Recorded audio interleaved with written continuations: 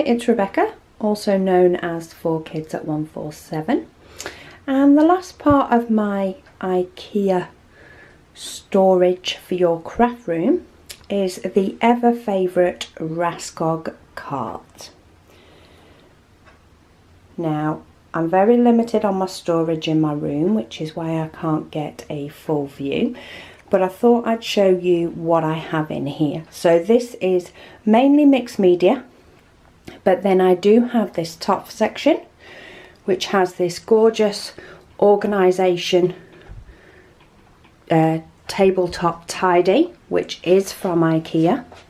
We've got the back is currently holding a layout I'm working on and some kits, but as you can see it will hold 12 by 12 easily.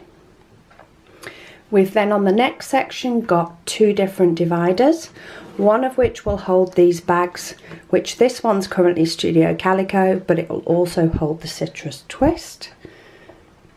And then I currently have some little to-do list things. And then we've got the bottom section's just got 4 little compartments. I've got some sequins that I need to put away, a title for that layout, and some IKEA paintbrushes. And then I've just got a kit stored in the front of here.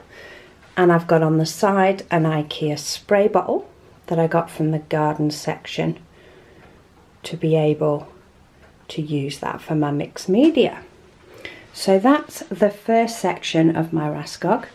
I have seen these done up absolutely gorgeously. You can get pots to hang on the side.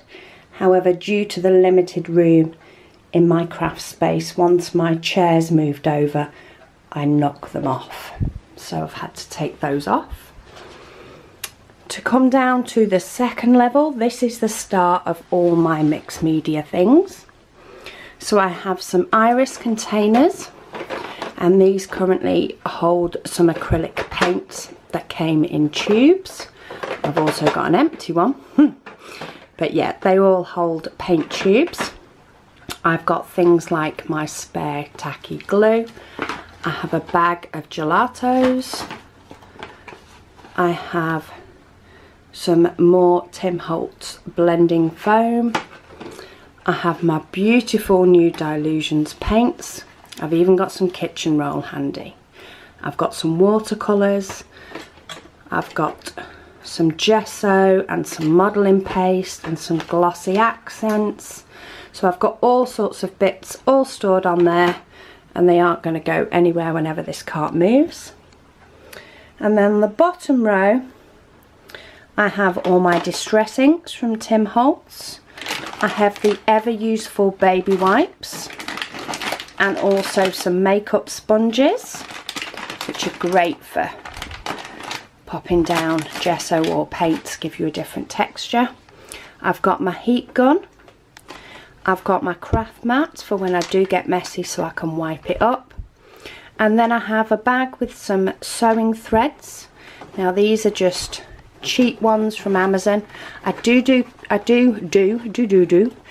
cross stitch. However, I use DMC for that, and they're stored in the house. But these are just some cheaper ones, as I say, from Amazon, which are just great when you don't need specific colours because you're not following a pattern, you're just getting creative with your work.